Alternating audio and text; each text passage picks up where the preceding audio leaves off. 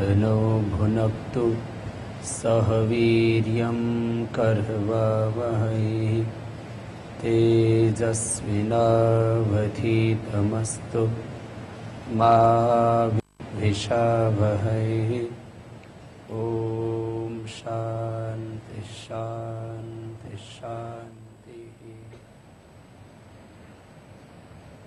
आज हम मोटापा अर्थात ओबेसिटी, मधुमेह, शुगर, डायबिटीज़, उच्च रक्तचाप अर्थात हाइपरटेंशन और हृदय रोग, हार्ट प्रॉब्लम, इन 4 रोगों के बारे में विशेष रूप से मंथन करेंगे और युगों युगों से हमारे पूर्वज इन बीमारियों के, रोगों के उपचार के संदर्भ में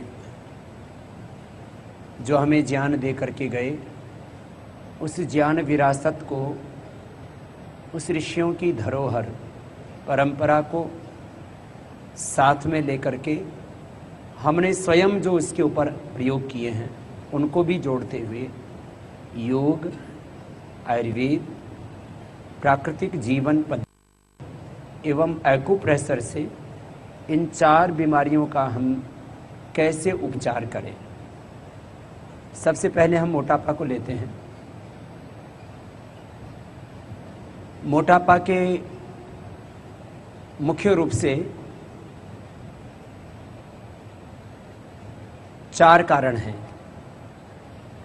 ऐसे तो हर बीमारी के 7 कारण हमने बताए हैं।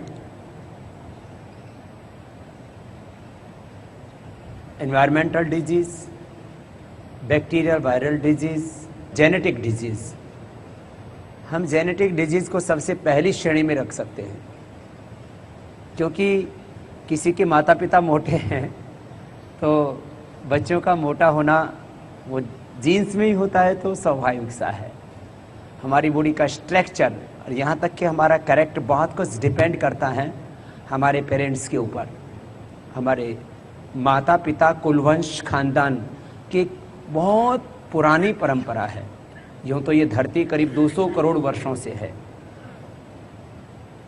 वास्तविक रूप से 1,96,08,13,114 वर्ष हो गए।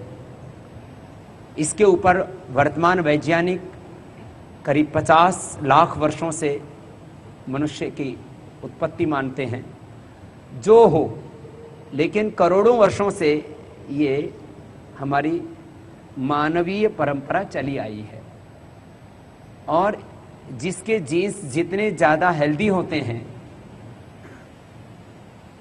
और मनुष्य इतर जब सृष्टि को देखते हैं उसमें भी हम देखते हैं जितने ज़्यादा बीज अच्छे होते हैं उतनी ही फसल अच्छी होती है।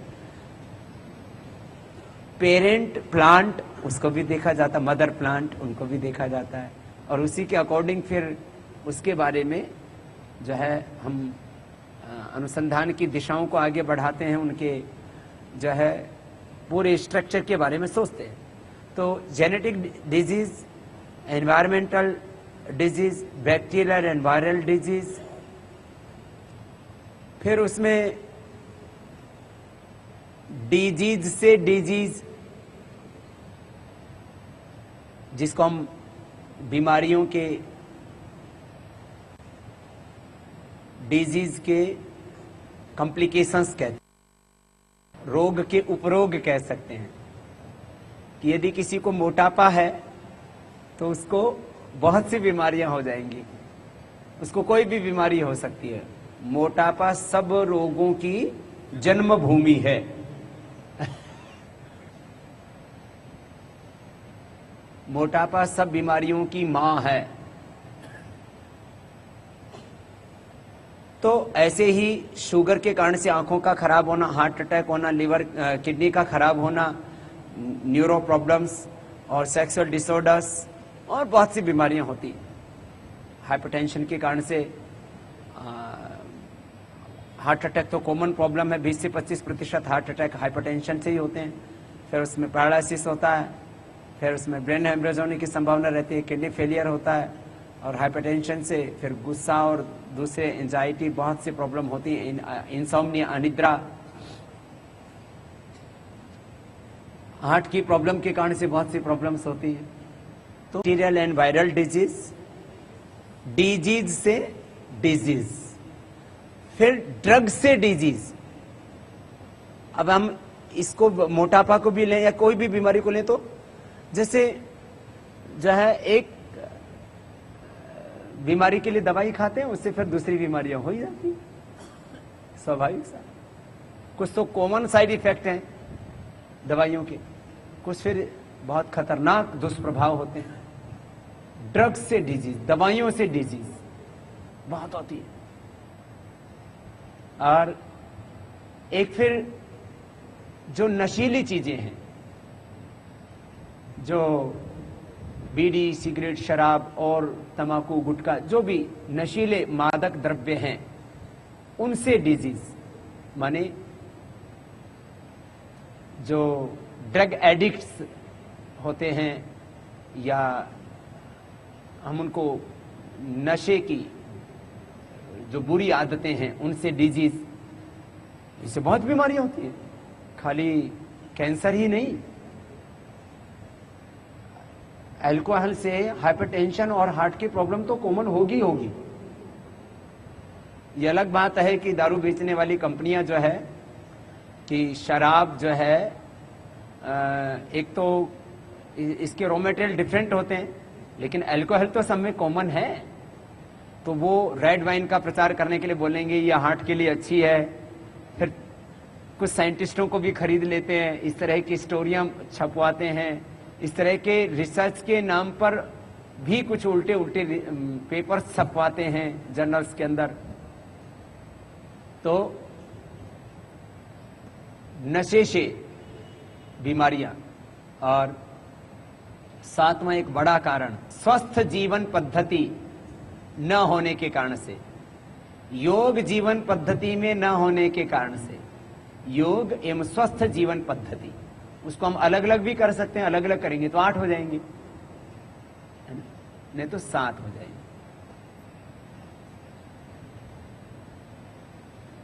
एक संतुलित वैज्ञानिक आध्यात्मिक जीवन पद्धति नहीं होने से रोग होते हैं। इसको हम बड़े शब्द में कहें तो योग यदि जीवन पद्धति में नहीं होगा तो रोग होने ही है। ये 7 बड़े कारण बताए आप। अब मोटापा के बड़े कारण क्या है? मोटापा का सबसे बड़ा कारण जो है योग का जीवन पद्धति में नहीं होना, स्वस्थ जीवन पद्धति ना होना। अब स्वस्थ जीवन पद्धति में अर्थात श्रम कम होना, लेस फिजिकल एक्टिविटी, ये मोटापे का एक बड़ा कारण है। फिर ज्यादा फूड का इंटेक, वो भी फिर माने योग एवं स्वस्थ जीवन पद्धति न होने से सब रोग होंगे, एक बड़ी प्रॉब्लम आएगी।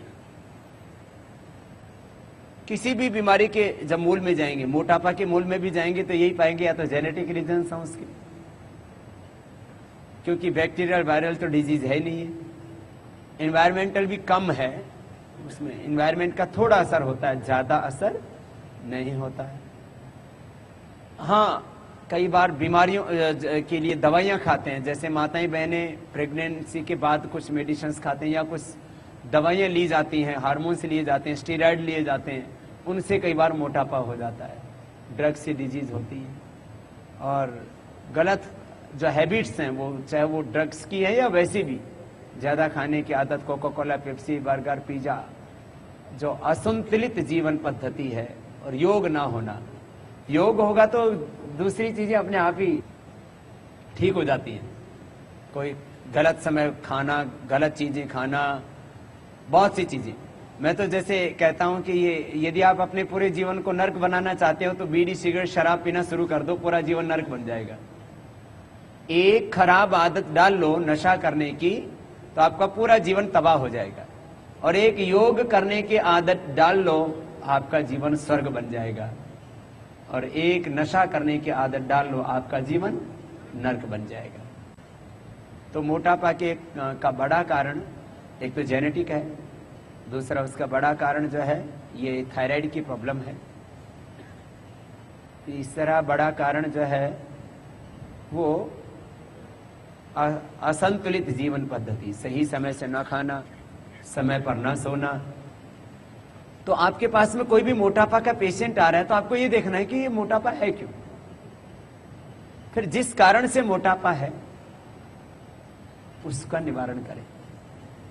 थायराइड की प्रॉब्लम है तो उसको बताइए, ये एक्यूप्रेशर का पॉइंट करें। और सर्वांगासन यदि वो कर सकता है पेशेंट तो उसको सर्वांगासन करवाइए, हलासन करवाइए, उष्ट्रासन करवाइए आसनों में। और ये आसन सर्वांगासन, हलासन, चक्रासन, उष्ट्रासन ये सब नहीं कर सकता तो उसको अर्धमत्स्येंद्रासन ये सब नहीं कर सकता, जिससे थायराइड का एक्सरसाइज होता है। थायराइड की जिससे एक्सरसाइज होगी वो उससे थायराइड एक्टिवेट होगा। फिर जो आसन नहीं कर सकता उसको बोलो गोल गोल गर्दन को मुड़, और उज्जाई प्राणायाम गले को टाइट करके, ये भी थायराइड की एक्सरसाइज होता है। और कपालभाति। तो जिनको भी मोटापा है तो ये देखना पड़ेगा मोटापा है किस कारण से। मैंने कहा ना 100% मोटापा का इलाज होगा, 4 चीजों को अपनाना होगा: योग, आयुर्वेद, प्राकृतिक जीवन पद्धति और एक्यूप्रेशर। तो ये एक्यूप्रेशर थायराइड के। यदि उसको ज्यादा खाने की आदत से मोटापा है तो उसको समझाना पड़ेगा भाई हेल्दी लाइफस्टाइल अपनाओ, हेल्दी फूड खाओ, सात्विक खाना खाइए, मांसाहार आदि छोड़िए, burger, pizza, Coca Cola, Pepsi आदि छोड़िए, समय से खाना खाइए, स्वस्थ वृत्त को अपनाइए, स्वस्थ जीवन पद्धति को अपनाइए। उसको प्रेरित करना पड़ेगा। यदि उसको जेनेटिक रीजन से मोटापा है तो उसको प्राणायाम के लिए ज्यादा प्रेरित करना पड़ेगा। व्यायाम और प्राणायाम से जो जेनेटिक मोटापा है वो भी दूर होता है। जीन्स का स्ट्रक्चर चेंज हो जाता है प्राणायाम से, ये बड़ी बात है। फिर मोटापा का कारण दवाइयां आदि होती, कोई ऑपरेशंस आदि होते हैं। तो ऑपरेशंस और दवाइयों के कारण से जो बॉडी में टॉक्सिसिटी बढ़ी है उसको कम करने के लिए उसको उपवास करने के लिए कहिए,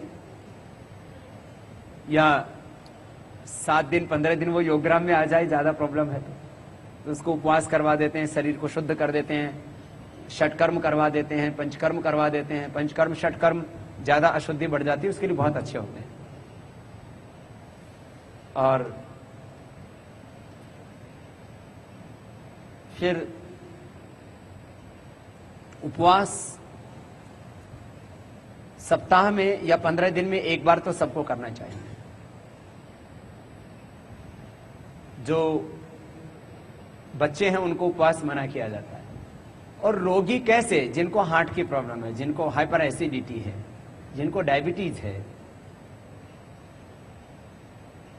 जिनको ऐसी बीमारियां हैं कि भोजन बंद करने से रोगी की हालत बिगड़ सकती है, ऐसे रोगियों को उपवास मना किया है। बाकी व्याधि नाशाय लंघनम। तो मोटापा वालों के लिए तो आहार का नियंत्रण तो बहुत जरूरी है, क्योंकि जो हमारे फिजिकल स्ट्रक्चर है इसका रॉ मटेरियल तो फूड ही है ना। वो कार्बोहाइड्रेट उसकी डाइट में ज्यादा है, फैट उसकी डाइट में ज्यादा है, शुगर उसकी डाइट में ज्यादा है। तो चिकनी चीजें, लेजदार चीजें, फिर जो है ज्यादा ठंडी चीजें, ये तो मोटापा को बढ़ाएंगी। तो हमें ये देखना पड़ेगा कि इसको मोटापा किन किन कारणों से। एक साथ उसको 4 कारण भी हो सकते हैं। उसको जेनेटिक कारण भी हो सकते हैं, वो शारीरिक श्रम न करना, योग आदि न करना, ज्यादा खाना, माने संतुलित जीवन पद्धति ना होना, योग जीवन पद्धति में ना होना। वो दवाइयां भी उसने खा ली ऐसी, पहले जेनेटिक रीजंस तो थे ही उसको। या ऑपरेशन आदि भी उसने करवा लिया, कई कारण हो जाते हैं। लेडीज को अक्सर ये होता है डिलीवरी के बाद उनको मोटापा बढ़ता है।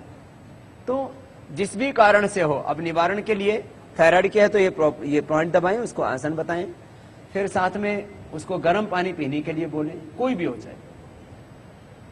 कुछ ऐसी चीजें हैं जो किसी भी मोटापा वाले को बतानी ही चाहिए। हर मोटापा वाले को बोलना चाहिए, एक तो आहार पर नियंत्रण करो, लो carbohydrate diet, low fat, low sugar, और उसको बोलो सलाद, हरी सब्जियां ज्यादा खाए, चबा चबा करके खाए, और लेप्टिन का जो है लेवल कंट्रोल करने के लिए प्राणायाम बहुत जरूरी होता है। तो प्राणायाम योगाभ्यास करने से खाने पर अपने आप कंट्रोल आ जाता है, ये खास बात। और उसको बोलना चाहिए कि आप फलों में वाटरमेलन सबसे अच्छा होता है। यदि शुगर है तो भी थोड़ी मात्रा में ले सकता है। प्राकृतिक चिकित्सा में मोटापा वालों को वाटरमेलन जूस जरूर पिलाते हैं, मोटापा, और वाटरमेलन खिलाते हैं, जूस नहीं, खिलाना क्या, उसका फाइबर भी साथ में जाएगा। और वो कोई भी चीज जब खाते हैं ना, लिक्विड चीज को भी ऐसे ही लेना चाहिए जैसे खा रहे हैं। जो है एक प्राकृतिक चिकित्सा में कहा जाता है, सॉलिड चीज को लिक्विड करके खाओ और लिक्विड को सॉलिड की तरह खाओ। और किसी भी चीज का यदि उसका फाइबर है तो उसको फेंको मत। जैसे आप मौसमी खा रहे हैं, आप संतरा खा रहे हैं, अनार खा रहे हैं, तो उसका जो फाइबर है उसको साथ में लीजिए। गेहूं की रोटी भी खा रहे हैं तो चोकर के साथ खाइए। तो आपको मोटापा के पेशेंट को कम से कम 10 मिनट लगेंगे, बात करेंगे आप, उसको फिर समझाएंगे। 10-15 मिनट भी लगे तो लगने दें, लेकिन उसको ठीक से समझाएं। तो आपके पास में मोटापा वालों की लाइन लग जाएगी, क्योंकि उनका मोटापा दूर होना ही है। जब आप उनको एक हेल्दी लाइफस्टाइल अपनाने के लिए कहेंगे, योग करने के लिए कहेंगे, करवाएंगे, उससे प्रेरित करेंगे उसको कि रोज कपालभाति तो जरूर करो। और मोटापा के लिए 10 अभ्यास हम बताते हैं। खड़े होकर के दौड़ना जितना हो सके, फिर साइड में झुकना त्रिकोणासन, फिर क्रॉस करके झुकना कोणासन, फिर आगे पीछे झुकना पाद हस्तासन, फिर हाथ दोनों छाती के सामने रखिए, ऐसे फैलाने जिससे कि चीस्ट का, ब्रेस्ट का और हाथों का फैट कम हो। हस्त विस्तृतासन ऐसे, फिर बैठ करके चक्की आसन, घुमाना ऐसे दोनों हाथों को गोल गोल, फिर क्रॉस करके पकड़ना, जो है जैसे कि त्रिकोणासन करते हैं खड़े होकर के, तो स्थित त्रिकोणासन। फिर लेट करके एक एक पैर को ऊपर उठाना, अर्धहलासन, एक पाद उत्थान आसन, एक एक पैर से कर सकते हैं, दोनों से भी कर सकते हैं। अर्धहलासन की स्थिति में पैरों को ले जाना लाना, पाद वृत्तासन गोल गोल घुमाना, और साइकिलिंग। ऐसे 10 अभ्यास मोटापा वालों को जरूर करने चाहिए व्यायाम के तौर पर। ये अभ्यास हम 1 घंटा लगातार करवाते हैं तो आधा से 1 किलो वेट कम हो जाता है एक ही दिन के अंदर। और यहाँ जब आवासीय शिविर हम करते हैं, उसमें रोगियों का मिनिमम 250 ग्राम और मैक्सिमम 2 किलो तक वेट कम कर देते हैं हम एक दिन में। योग का इतना प्रभाव है, तो इसको योग को अपनाने के लिए प्रेरित करें। अश्वगंधा के 3-3 पत्ते सुबह, दोपहर, शाम 3 बार लिए जा सकते हैं। और यह प्रयोग लगातार 1 सप्ताह तक किया जा सकता है। और फिर यदि किसी को दिक्कत नहीं हो रही हो, जैसे मान लीजिए किसी का बीपी लो हो जाता है या किसी को चक्कर आने लगते हैं, तो बंद कर दें 7 दिन के लिए, फिर शुरू कर दें 7 दिन बाद। और यदि किसी का बीपी लो होता है तो उसको शिलाजीत खिला दे 1-2 बूंद। किसी का अश्वगंधा से यदि बीपी डाउन चला जाता है तो उसको जो है शिलाजीत 1-1, 2-2 बूंद खाने के लिए दे दे गर्म पानी में। नमक बंद करने से मोटापा बहुत जल्दी कम होता है। एक्सेस जो वाटर होता है बॉडी में, किसी किसी के शरीर में पानी का अंश बहुत ज्यादा होता है, वाटर रिटेंशन बोलते हैं उसको, उससे भी वजन बढ़ता है। तो नमक कम करने से यूरिन की मात्रा अपने आप बढ़ जाती है और नेचुरली जितना एक्सेस वाटर है वो रिलीज हो जाता है बॉडी से।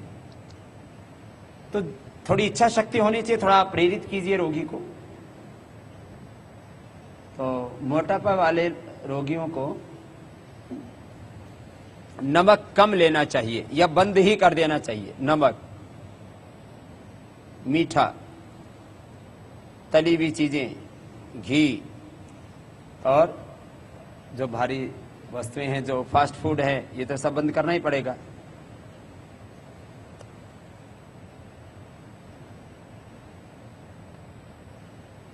लो कार्बोहाइड्रेट, कार्बोहाइड्रेट उनको बोलो कम लें।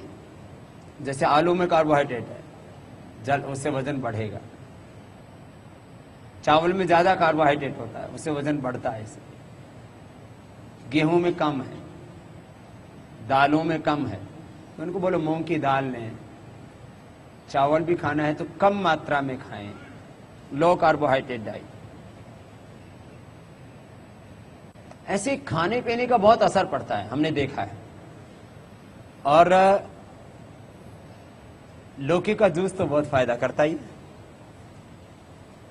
लौकी का जूस के और बहुत फायदे हैं, कोलेस्ट्रॉल के लिए, हार्ट के लिए, प्रोस्टेट के लिए, स्किन डिसऑर्डर्स के लिए, थायराइड में भी लाभ करता है। मैंने देखा कई लोगों को जेनेटिक थायराइड की प्रॉब्लम थी और उनको लौकी का जूस पिलाया, उनकी जेनेटिक थायराइड की प्रॉब्लम भी दूर हो गई और मोटापा भी दूर हो गया।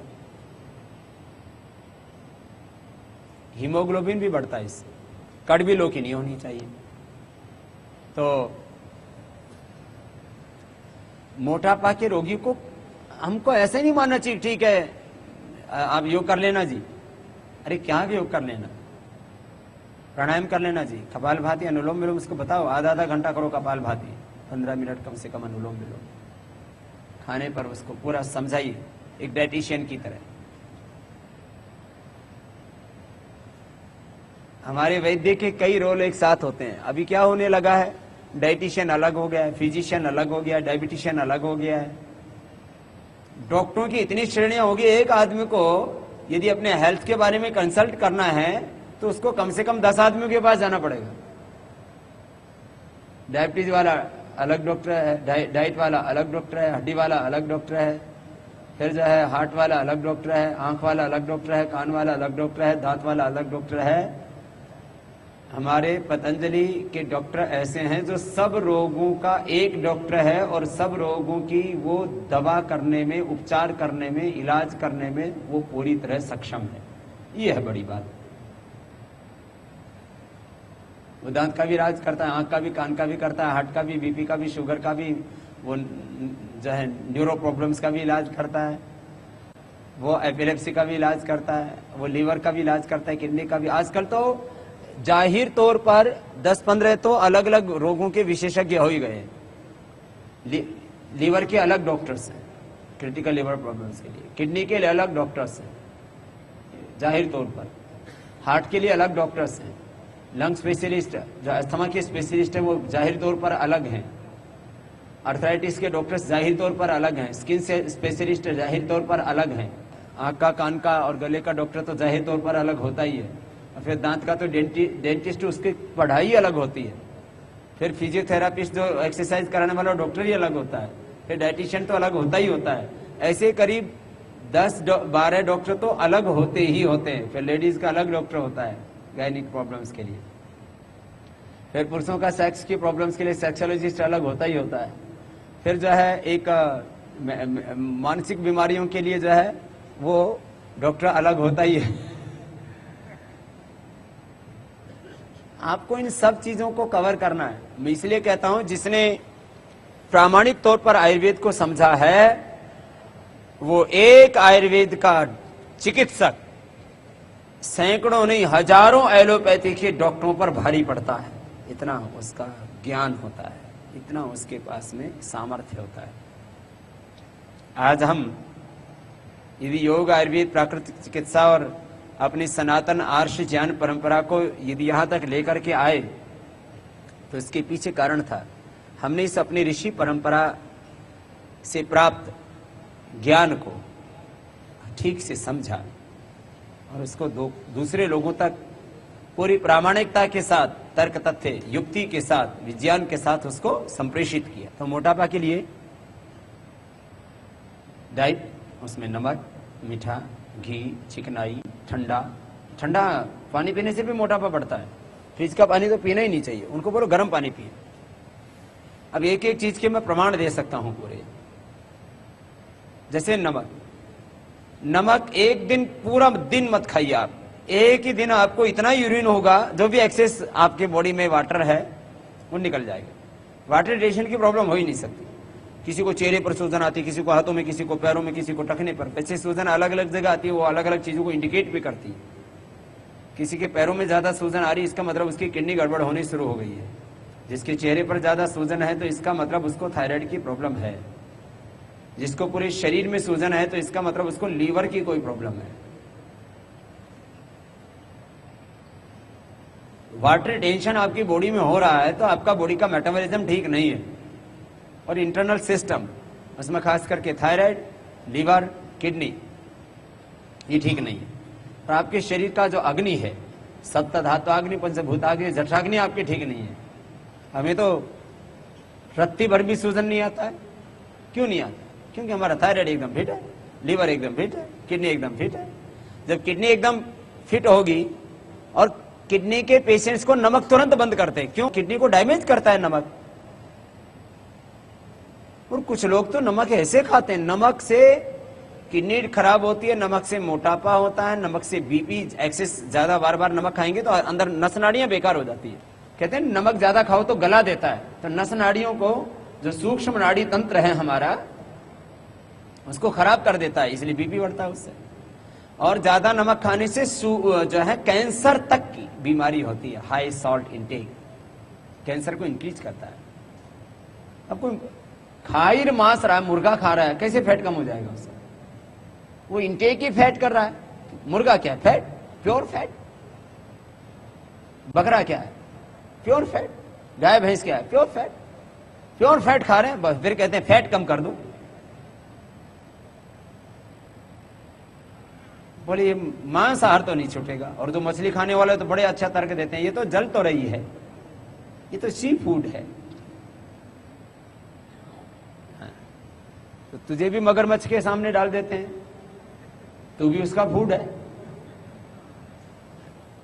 तो ये ऐसा नहीं।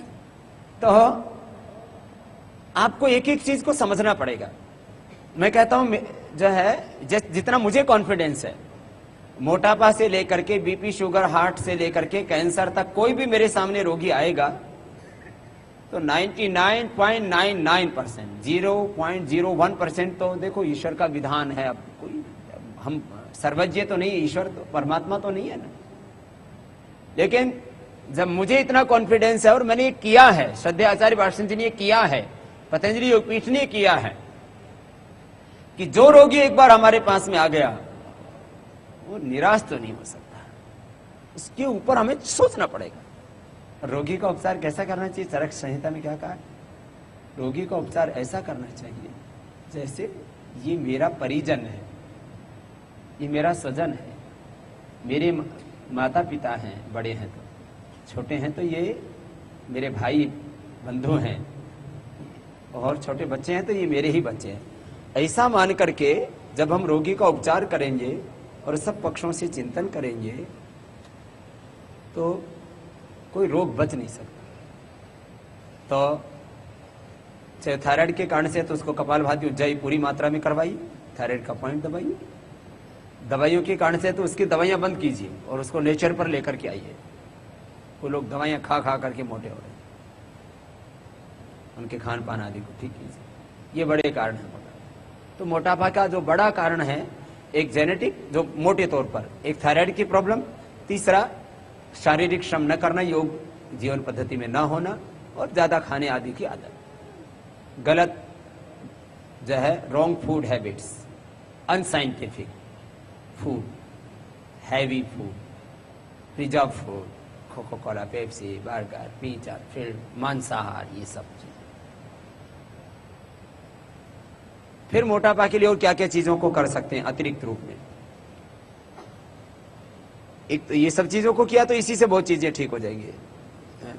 लौकी का जूस पिएंगे और अश्वगंधा के पत्ते आदि खाएंगे, हाँ कार्बोहाइड्रेट कम कर देंगे। बहुत जल्दी इसमें रिजल्ट आना है तो, शीघ्रता पूर्वक रिजल्ट आना है तो क्या करें? कुछ कहते हैं जी तुरंत कम कर दो जी। अब तो 1 महीने बाद बेटी की शादी तय हो गई है, बाबा जी अभी तो 15 किलो वजन कम करना है, 1 महीने में 20 किलो वजन कम करना है, बताओ क्या करें? चलो हम कर देते हैं। 1 महीना बेटी का खाना बंद, तो क्या खाएगी? मूंग की दाल का पानी पी सकती है, सलाद खा सकती है, वाटरमेलन खा सकती है, लौकी का जूस पी सकती है, थोड़ा चेंज करने के लिए अनार खा सकती है, थोड़ी मात्रा में सेव ले सकती है। तो खाने के लिए तो बहुत मिल गया। अंकुरित मूंग जो बिल्कुल बड़े बड़े अंकुर फूट आते हैं ना जिसमें, वो खा सकती है। चावल रोटी अन्न जो है उसको अवॉइड कर दे। कार्बोहाइड्रेट, क्योंकि चावलों में ज्यादा कार्बोहाइड्रेट होता है, गेहूं में इससे थोड़ा कम होता है। लो कार्बोहाइड्रेट डाइट, तो कुछ दिनों के लिए अनाज बंदी कर दो ना, इतनी खाने के लिए कम चीजें हैं क्या? बहुत हो गई खाने के लिए। जब भूख लगे वाटरमेलन खिला दो, जब भूख लगी ककड़ी खिला दो, खीरा खिला दो, टमाटर खिला दो, टमाटर का सूप पिला दो, लौकी का सूप पिला दो, लौकी का जूस पिला दो, बहुत है खाने के लिए। तो 1 महीने तक अनाज बंद। अब 1 महीने तक अश्वगंधा के पत्ते खाने हैं, 7 दिन खिलाओ फिर बंद कर दो, फिर 7 दिन खिला दो, और यदि लगातार भी खा सकती है तो 1 महीने में 15 से 20 किलो वजन कम हो जाएगा। योगाभ्यास करवाओ 1 महीने के अंदर। इससे बढ़िया और चीज क्या हो सकती है? चाहे जेनेटिक रीजन से है मोटापा, चाहे थायराइड के कारण से मोटापा, चाहे गलत फूड हैबिट्स के कारण से है मोटापा, चाहे ड्रग्स के कारण से मोटापा हुआ है, ऑपरेशंस के बाद में मोटापा हुआ है, किसी भी कारण से किसी को भी मोटापा हुआ है, जल्दी रिजल्ट चाहिए तो शॉर्टकट कहीं पर नहीं है, मेहनत तो करनी पड़ेगी मोटापा के लिए। नमक बंद करना बहुत बड़ा फैक्टर है, मीठा बंद करना। मीठा अपने आप में उतना ही नुकसानप्रद है। 1 चम्मच शुगर और 1 चम्मच घी दोनों बराबर काम करते हैं मोटापा वालों के लिए, क्योंकि शुगर में कार्बोहाइड्रेट बहुत हाई लेवल का होता है, उसमें वो भी फैट बन जाता है, अंदर जाकर के फैट में कन्वर्ट हो जाता है, और फैट तो फैट में कन्वर्ट होता ही होता है। एक्सेस फैट डिपॉजिट होता जाएगा यदि आप शारीरिक मेहनत नहीं करेंगे। तो मीठा भी उतना ही खतरनाक है। इसलिए मोटापा वाले कोशिश तो ये करें कि चाय भी छोड़ दें तो अच्छा है। चाय के नाम पर जितने भी रिसर्च हुए ग्रीन टी के ऊपर हुए, और पूरी दुनिया में 99% ग्रीन टी नहीं पी जाती है। टी को फर्मेंटेशन करके उसको काला कर दिया जाता है, सड़ा करके, और फिर उसमें केमिकल रिएक्शन होकर वो जहर हो जाती है। तो चाय के नाम पर रिसर्च हुआ ग्रीन टी के ऊपर, और पीते हैं काली चाय, ब्लैक टी। ग्रीन टी के ऊपर रिसर्च किया, ब्लैक टी पीते हैं, और पीते समय वो रेड टी हो जाती है। तो ग्रीन को तुमने ब्लैक किया, ब्लैक से फिर रेड किया।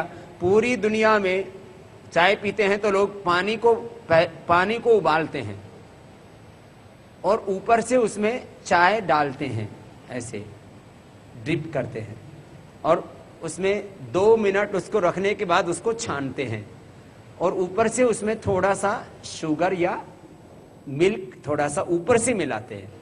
हमारे यहाँ क्या करते हैं? चाय, पानी, दूध, चीनी सब डाल के फिर उबाल देते हैं। 5 उबाल आने चाहिए, तब कड़क चाय बनेगी। चाय बना के पीते हैं तो बीमार तो होंगे। अब मैं आपको ये कह रहा हूं कि आपको जो चाय पीने वाले उनको बोलना पड़ेगा, भाई ये कड़क चाय पीना बंद करो। आप यदि मोटापा कम करना चाहते हो तो पहली बात यह है कि आप चाय छोड़ ही दो तो अच्छा है, और फिर भी आपको पीना ही है तो आप ब्लैक टी पीजिए। ब्लैक टी मतलब पानी को उबालो और उसमें थोड़ी देर, या तो दिव्य पेय का विकल्प दीजिए उनको। आजकल तो स्लिम टी आ गई है, तो उनको बोलो आप दिव्य पेय पियो और उसमें ये अश्वगंधा के पत्ते और डाल दो, आप किसी को फैट कम करना है तो क्या बताएं? फैट और कोलेस्ट्रॉल दोनों कम करता है ये दालचीनी, मीठी मीठी होती है खाने में। दालचीनी, अदरक, अदरक भी फैट को कम करता है। सौंठ और अदरक दोनों ही मेदोहर है। दालचीनी, अदरक या सौंठ, थोड़ी सी तुलसी, थोड़ा काली मिर्च, ये भी ब्रिंघण है, फैट को कम करता है। काली मिर्च भी, जितनी भी गर्म चीजें फैट को कम करेंगी। और अश्वगंधा के पत्ते भले चाय में डाल के उबाल लो, ताजा पत्ते, और उसको फिर निचोड़ लो अच्छे से, उनका रस भी निकल जाए। तो बोले ये चाय पियो, चाय आपको फैट कम करना है। वो चाय मत पियो जो बाजार वाली पी रहे हो, बड़ा जबरदस्त रिजल्ट आएगा। फिर डिमांड आएगी, बोले बाबा जी आप स्लिम टी आप भी बनाए दो ना। तो ये जो अपनी भी चाय है, इसके अंदर भी अर्जुन की छाल है, और इसमें भी ये दालचीनी है, सब चीजें हैं, तुलसी है, ये सब चीजें हैं इसके अंदर। हो सकता है कुछ दिनों में स्लिम टी भी बनानी पड़े, बहुत मोटे हो रहे हैं लोग। तो मैं बोल रहा था, नमक बंद करने का बड़ा असर पड़ेगा, मीठा बंद करने का बड़ा असर पड़ेगा, घी चिकनाई बंद करने का बड़ा असर पड़ेगा। फिर उनको दूध और दही कम फैट वाले लेने चाहिए। प्रोटीन तो चाहिए ना बॉडी के लिए। देखो, प्रोटीन से फैट नहीं बढ़ेगा। दाल खाएंगे तो फैट नहीं बढ़ेगा, चावल खाएंगे तो फैट बढ़ेगा। दाल में प्रोटीन है जो कि मसल्स के लिए जरूरी है। हार्मलेस फैट लॉस करना है हमको। अब हार्मलेस फैट लेस करने के लिए क्या होगा? आपको प्रोटीन तो देना पड़ेगा उसको डाइट में। प्रोटीन के नाम पर अंडे संडे नहीं खाना। उसको बोलो कम फैट वाला दूध पियो, दही लो कम फैट वाला, लो फैट वाला दही, छाछ, पनीर, दूध, लो फैट वाला अब तो मिलता है। प्रोटीन चाहिए, प्रोटीन से मसल्स बनते हैं, फैट फैट को बढ़ाता है। और एक्सेस प्रोटीन भी नहीं चाहिए। आपने सुना होगा पिछले दिनों एक बहुत बड़ा क्रेज चला, प्रोटीन डाइट। लोगों ने खाना बंद कर दिया, प्रोटीन ही लेने लग गए। डाइट में प्रोटीन शीशियों में आने लग गया था। लोग फिर कुछ मशरूम खाते थे, दालें खाते थे, या प्रोटीन डाइट के नाम पर अंडे खाने लग गए कुछ लोग। फिर प्रोटीन डाइट के नाम पर डाइट भी आने लग गई, बोतल बंद, और जो है ये सब गड़बड़ चला। लेकिन अब फिर बंद हो गया, उसके भी नुकसान है। केवल हमको प्रोटीन नहीं चाहिए, हमको minerals, vitamin, nutrients, micro nutrients सब कुछ चाहिए। तो खैर, तो आपको मैंने बताया उपवास और उपासना, इनका भी महत्वपूर्ण है फैट को कम करने के लिए। फिर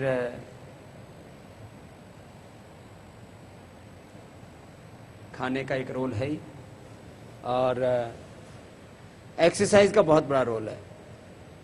जो एक्सरसाइज फैट कम करने के लिए हम 10 व्यायाम बताते हैं,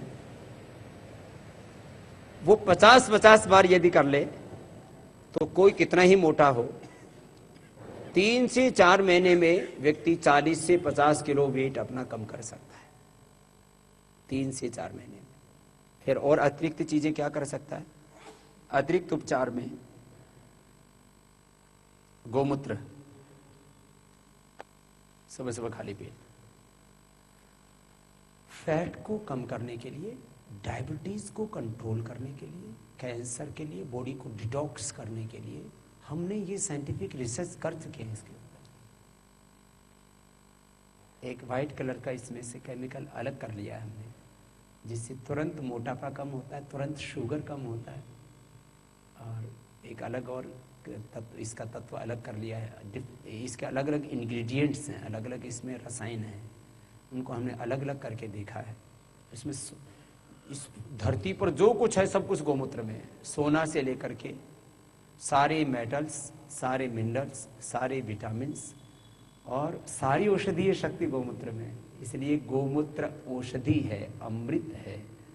गोदुग्ध अमृत है, दूध दूध नहीं है, वो मात्र इतना बड़ा है उसके अंदर। तो गोमूत्र पीने मात्र से 3 से 5 किलो का 1 महीने में फर्क पड़ जाता है। 3 से 5 चम्मच सुबह गर्म पानी में इसको पिला दिया जाता है। कोई दोनों टाइम पिए तो शाम को भी पी सकता है। फिर मोटापा कम करने के लिए मेदो हर बटी का बड़ा योगदान है। मेदो हर बटी सुबह खाली पेट ले सकते हैं 2 गोली, और दोपहर शाम खाने के बाद 1 या 2 गोली ले सकते हैं मेदो हर बटी। और किसी को वाटर टेंशन ज्यादा है तो उसको गोखरू पुनर्नवा का काढ़ा भी पिला सकते हैं, वाटर टेंशन ज्यादा है तो, क्योंकि किडनी फंक्शन का भी नॉर्मल करना जरूरी है। जैसे आप देख रहे हैं इसका वेट कम नहीं हो रहा, भाई मेदो हर बटी भी दे दी, सारे खान पान की सावधानी भी बता दी, तो फिर उसको अलग अलग करना पड़ेगा। उसको पुनर्नवादी मंडूर देना पड़ सकता है। पुनर्नवादी मंडूर से लीवर के फंक्शन बहुत जल्दी अच्छे होते हैं। हमने इसका बहुत प्रयोग किया है। हीमोग्लोबिन तुरंत बढ़ता है, फैट को कम करने में मदद करता है, क्योंकि लीवर, किडनी और थायराइड के फंक्शन गड़बड़ होने से ही मोटापा मेनली बढ़ता है। यदि आपका मेटाबॉलिज्म बॉडी का अच्छा है, आपकी जठराग्नि ठीक है, आपकी शरीर की अग्नि ठीक है, तो आपको मोटापा नहीं हो सकता। अब मैं उल्टा उदाहरण देता हूं। किसी मोटे आदमी को आप 5 चम्मच शुगर खिलाइए, उसका 100 ग्राम वजन बढ़ा मिलेगा अगले दिन। 5 चम्मच चीनी खाने से। हमको 1 किलो गुड़ खिला दीजिए, 2 किलो दूध पिला दीजिए, हमारा 1 ग्राम भी नहीं बढ़ा मिलेगा।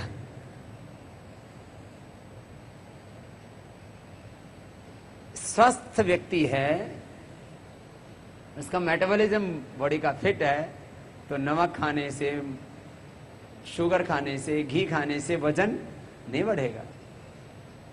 अब हमको नमक खिला देने से हमारा बीपी थोड़ी बढ़ेगा, घी खाने से कोलेस्ट्रॉल थोड़ी बढ़ेगा, मोटापा थोड़ी बढ़ेगा। हमारा मेटाबॉलिज्म बॉडी का अच्छा है, हमारे शरीर की प्रकृति का संतुलन है, हमारे शरीर की अग्नि संतुलित है, तो फिर वो सारी चीजों को बैलेंस कर देती है। जितना बॉडी को जरूरत है उतना एब्जॉर्ब कर लेते हैं हम, एक्सेस है उसको बाहर कर देते हैं। जो भी एक्सेस फैट होगा तो बाहर हो जाए, जितना शरीर के लिए जरूरत है उतना रहेगा। ये जमा कैसे हो जाता है? ये जमा तभी होता है जब बॉडी का सिस्टम ठीक नहीं होता, तो excess fat, excess cholesterol, excess sugar, ये जमा होता रहता है। मोटापा के लिए मेदो हर बटी। फिर किसी किसी को कब्ज भी रहती है, स्किन डिजीज भी है साथ में, तो त्रिफला गूगल दे सकते हैं। और यदि किसी को कब्ज है तो उसको तो कोई दवाई काम नहीं करेगी, फिर योग भी काम नहीं करेगा। तो यदि कब्ज है और मोटापा भी साथ में है तो उसको त्रिफला रात को भिगो के बोले सुबह उबालो और उसमें त्रिफला में शहद डाल के पी लो। शहद योग वाही है, ठंडे पानी में डालो तो ठंडक करेगा, गर्म पानी में डालो तो गर्म करेगा।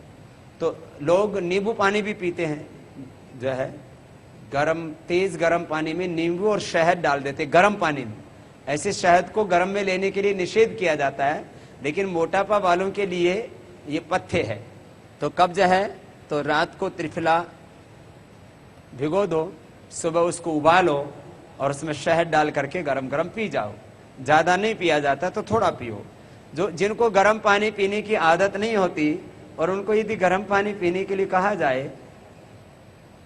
तो उल्टी हो जाती है, तो उनको बोले थोड़ा थोड़ा पियो, चाय की तरह पियो, है ना? ऐसा उनको बोला आप दालचीनी में डाल करके उबाल करके फिर पी लो, टेस्टी हो जाएगा पानी, वोमिटिंग नहीं होगा।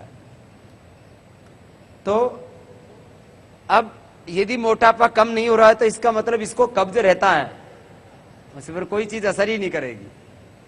यदि मोटापा कम नहीं हो रहा है तो इसका मतलब उसके या तो ज्यादा नमक खा रहा है, ज्यादा मीठा खा रहा है, ज्यादा चिकनी चीजें खा रहा है। यदि मोटापा कम नहीं हो रहा है तो इसका मतलब उसका थायराइड गड़बड़ है, तो उसके लिए कपालभाति और बढ़ा दो, ऊंचाई उसको बढ़ा दो, 11 से 21 बार तक कर सकते हो, ये पॉइंट दबा दो। यदि मोटापा कम नहीं हो रहा है इसका मतलब जो है वो सारी चीजों को ठीक से फॉलो नहीं कर रहा है, तो उसको लौकी का जूस पिलाओ। कब्ज को दूर करने के लिए लौकी का जूस और नाशपाती का जूस बहुत अच्छा होता है, दोनों ही। नाशपाती हार्ड वाली होती है, जैसे बग्गू गोसा आता है, नाशपाती बहुत अच्छा है। तो मेदोहर बटी, और किसी को वाटर टेंशन बहुत ज़्यादा है, सूजन बहुत ज़्यादा है और वजन भी ज़्यादा है, तो उसको सर्वकल्प क्वाथ पिला सकते हैं। सर्वकल्प क्वाथ में भूमि आंवला, पुनर्नवा, मकोई। मकोई शोथ को कम करने में बहुत बड़ी भूमिका निभाती है। पुनर्नवा शोथ को कम करने में तुरंत काम करता है, और गोखरू भी शोथ को भी कम कर देता है, और मुत्रल है।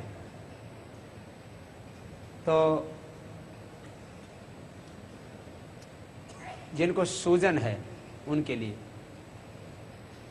सर्वकल्पवात, पुनर्नवादि मंडूर, इसका सेवन जरूर करवाएं।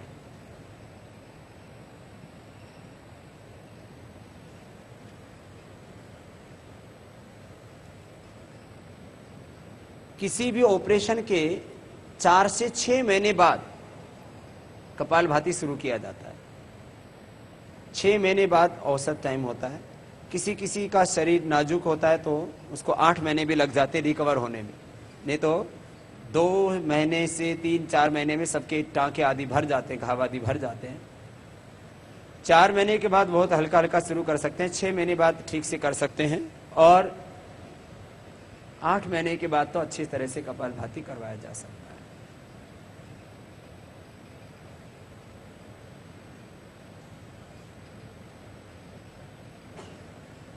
हमने अपना एक्सपीरियंस की बात में कहूं, एक सप्ताह में 5 से 10 किलो 10 किलो वजन कम होने वाले की संख्या मुश्किल से 10% होती है। एवरेज एक सप्ताह में 2.5 किलो तो सभी का कम हो जाता है एक सप्ताह में। तो इसका मतलब 1 महीने में कितना हो गया? 10 किलो हो गया, बहुत है। 1 महीने में 10 किलो भी वेट कम हो जाए, क्या छोटी बात है? हम यहाँ जब शिविर करते हैं तो 2.5 किलो से लेकर के 2.5 किलो तो एवरेज सबका कम कर देते हैं, 5 किलो तक, और किसी किसी का 7 किलो, अपवाद रूप में किसी किसी का 7 दिन में 10 किलो भी हम कम करते हैं। जिनमें इच्छा शक्ति होती है, तड़प होती है, लगन होती है, खाने पर पूरा कंट्रोल करते हैं, और जो है वो अश्वगंधा आदि का पूरा प्रयोग करते हैं। इतना इसका रिजल्ट, ये हमारा प्रैक्टिकल एक्सपीरियंस। कितना कम किया होगा मैंने आज तक वजन? मैंने लोगों का 50 किलो से लेकर के 200 किलो तक वजन कम किया है। जिनका 200 किलो कम किया है उनका वजन 250-300 किलो के बीच में था। ऐसे लोग बहुत कम मिलेंगे आप लोगों को, तो दर्शन भी नहीं होंगे शायद, क्योंकि ऐसे दर्शनीय लोग हैं ही कम। और बहनों का भी हमने कम किया, भाइयों का भी। 50 किलो जो वेट है वो एवरेज 4 महीने में कम हो जाता है। 40 से 50 किलो 4-5 महीने में ही कम हो जाता है। ऐसे तो हमने स्टूडेंट से लेकर के, छोटी उम्र से लेकर के बड़ी उम्र तक हमने ये वेट कम किया है। छोटी उम्र में वेट बहुत जल्दी कम हो जाता है। जो सॉलिड वेट होता है धीरे धीरे धीरे धीरे करके बढ़ता है, बड़ी उम्र में उसको थोड़ा वक्त लगता है। फिर सबकी बॉडी की नेचर अलग अलग होती है। किसी आदमी के ऊपर दवाई का असर बहुत जल्दी हो जाता है, योग का असर बहुत जल्दी हो जाता है, खान पान का असर बहुत जल्दी हो जाता है, और किसी की ऐसी टेंडेंसी होती है बॉडी की, माइंड की ऐसे टेंडेंसी होती है। जैसे किसी आदमी से थोड़ा सा कठोर बोल दो, थोड़ा सा जरा सी ऐसी कठोर आंखों से भी देख लो तो उसकी आंखों में से टपक टपक आंसू पड़ने लगेंगे। और कुछ इतनी मोटी चमड़ी के होते हैं, उनको मार भी लो तो भी कोई असर ही नहीं होता। तो ये बॉडी की टेंडेंसी पर भी डिपेंड करता है। मोटापा के साथ में दूसरी भी प्रॉब्लम होती है, तो क्या करें? तो यदि किडनी की प्रॉब्लम है तो किडनी का इलाज मुख्य रूप से उसको देना पड़ेगा। साथ में उसको कुछ चीजें ऐसी बतानी पड़ेगी जैसे अश्वगंधा का पत्ता बता दिया, उसको प्राणायाम बता दिया, व्यायाम बता दिया, उसको नमक कम करा दिया। तो मोटापा के साथ किडनी फेलियर, या उसको हार्ट की प्रॉब्लम है, या उसको शुगर है, उसको ब्लड प्रेशर भी है, और मोटापा वाले को तो कई बीमारियां एक साथ होने की संभावना है, तो क्या करें? मैंने कहा था ना, मोटापा सब बीमारियों की जन्मभूमि है। तो मोटापा के साथ में दूसरी बीमारियां हैं तो उनका भी साथ में इलाज कीजिए, लेकिन मुख्य रूप से उसको मोटापा का इलाज करवाइए, तो और बीमारियां जल्दी काबू में आ जाएंगी। शुगर भी जल्दी काबू में आ जाएगी, उसको बीपी भी जल्दी काबू में आ जाएगा। लौकी का रस ज़्यादा पिलाइए और उसको थोड़ा मुक्तावटी दे दीजिए। तो मोटापा से बहुत ज़्यादा परेशान है व्यक्ति, तो उस समय बीपी के लिए, शुगर के लिए, हार्ट के लिए, अर्थराइटिस के लिए, जोड़ों के दर्द के लिए कम दवाई दीजिए, मोटापा का ज़्यादा इलाज कीजिए। लेकिन यदि उसको हार्ट की क्रिटिकल प्रॉब्लम है, किडनी की क्रिटिकल प्रॉब्लम है, तो उसको साथ में दूसरी भी औषधियाँ दीजिए। एक साथ कई बीमारियां हो जाती हैं, तो उसमें जो सबसे ज़्यादा परेशान कर रही है बीमारी, जिससे लाइफ थ्रेट है, जीवन को खतरा है, तो उस समय उस बीमारी को मुख्य रूप से ध्यान दिया जाता है। तो एक साथ किसी किसी को 10-10, 15-15 बीमारियां हो जाती हैं, 50-50 बीमारियां हो जाती हैं। तो ये देखा जाता है कि इस समय सबसे ज़्यादा कष्ट किस बात को लेकर के है। तो यदि सबसे ज़्यादा कष्ट मोटापा वाले को किडनी से है, सबसे ज़्यादा कष्ट उसको उस समय कैंसर से है, कैंसर का एक कारण मोटापा भी है, मोटापा के कई कॉम्प्लिकेशंस हैं, उसमें बीपी है, शुगर है, अर्थराइटिस है, बैकएक है, हार्ट की प्रॉब्लम है। इसमें सबसे ज़्यादा खतरनाक कॉम्प्लिकेशन है कैंसर। लेकिन अब कैंसर हो गया है तो मोटापा तो मोटा पतला जी लेगा, लेकिन पहले कैंसर तो ठीक करना ही पड़ेगा ना। ऐसा प्राथमिकता हमें तय करनी पड़ती है, और रोगी भी यही चाहता है कि उस समय ये इस रोग से ज़्यादा पीड़ित है। इसी तरह से मधुमेह के लिए हमको एक एक चीज़ के ऊपर ध्यान देना पड़ेगा कि मधुनाशिनी के साथ साथ उसमें और क्या क्या उपचार देना है। शुगर के लिए मुक्तावटी तो एक औषधि मात्र भर है, हार्ट के लिए हृदयामृत और अर्जुन की छाल तो एक उपचार का एक जरिया है। ज़्यादा प्रॉब्लम होगी तो माना कि उसमें हमने संगेश, अकीक, मोती, पिष्टी दे दी। ज़्यादा प्रॉब्लम है तो योगेंद्र रस भी दे दिया। तो जवाहर मोहरा पिष्टी, अकीक पिष्टी, संगेशव पिष्टी, मोती पिष्टी, योगेंद्र रस 1 से 2 ग्राम, और ये बाकी पिष्टियाँ 5-5 ग्राम। किसी को बहुत ज़्यादा हार्ट वीक है तो उसको अकीक 10 ग्राम कर दिया। फिर इसमें यदि किसी को टेकिकार्डिया की प्रॉब्लम है तो उसको फिर मोती पिष्टी बढ़ानी पड़ सकती है, उसको लौकी का जूस ज़्यादा पिलाना पड़ सकता है। उसको हार्ट इनलार्ज है तो उसको फिर प्राणायाम की मात्रा बढ़ानी पड़ सकती है। फिर किसी को इजेक्शन फ्रैक्शन कम है तो उसको हृदयामृत 3 बार देना पड़ सकता है, और उसको अनुलोम विलोम 3 बार कराना पड़ सकता है। ऐसे ये तो एक मुख्य उपचार की प्रक्रिया हो गई। मुख्य उपचार जितना जरूरी है उतना ही सह उपचार भी जरूरी है। हम लोग एक बीमारी की मुख्य दवाई तो दे देते हैं, यही पैटर्न पूरी दुनिया में चला हुआ है। होम्योपैथी में ये दवाई दे दो जी, हो गया। एलोपैथी में ये दवाई दे दो जी, ये बीमारी ठीक हो जाएगी। आयुर्वेद में भी हम लोग यदि ऐसे ही करेंगे कि हार्ट की प्रॉब्लम है तो चलो हृदयामृत दे दो, हाँ बीपी है तो मुक्तावटी दे दो, शुगर है तो मधुनाशिनी दे दो, और मोटापा है तो मेदोहरवटी दे दो, मात्र इतने से बात बनने वाली नहीं है। जिस कारण से रोग हो रहा है उन सभी कारणों का हमें निवारण करना पड़ेगा, तो ही एक व्यक्ति को पूर्ण आरोग्य मिल पाएगा। हम यदि संपूर्ण आरोग्य देना चाहते हैं रोगियों को, और जो रोगी संपूर्ण आरोग्य पाना चाहते हैं, तो उनको सभी दिशाओं से उपचार लेना पड़ेगा। उपचार के कई अंग हैं, उपचार के डिफरेंट एस्पेक्ट्स हैं, कई पहलू हैं उपचार के। एक पहलू मात्र से बीमारी ठीक होने वाली नहीं है, उसके सभी पहलुओं पर हमें ध्यान देना पड़ेगा। उसके सभी सेक्टर्स हैं, उन सब पर हम ध्यान देंगे तो निश्चित रूप से हम रोगियों को पूर्ण आरोग्य दे पाएंगे।